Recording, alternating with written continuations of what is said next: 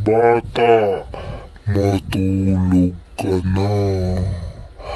Ang mga batang hindi natutulog at matigas ang ulo kinukuha ko. Kinukuha ko para hindi na sila maging pasaway. Kaya ikaw, magpakabait ka na, bata ka. Kasi kukunin kita. Pag hindi ka pa nakinig sa mama mo, kakainin ko mga mata mo. Kaya makinig kayo sa mama nyo. Kayong mga batang pasaway ay kinukuha ko.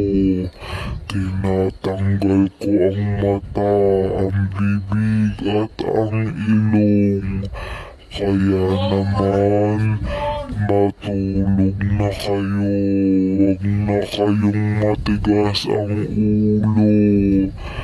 Makinig kayo sa mga mama at papa nyo. Pupuntahan ko kayo sa bahay nyo, mga batang pasaway.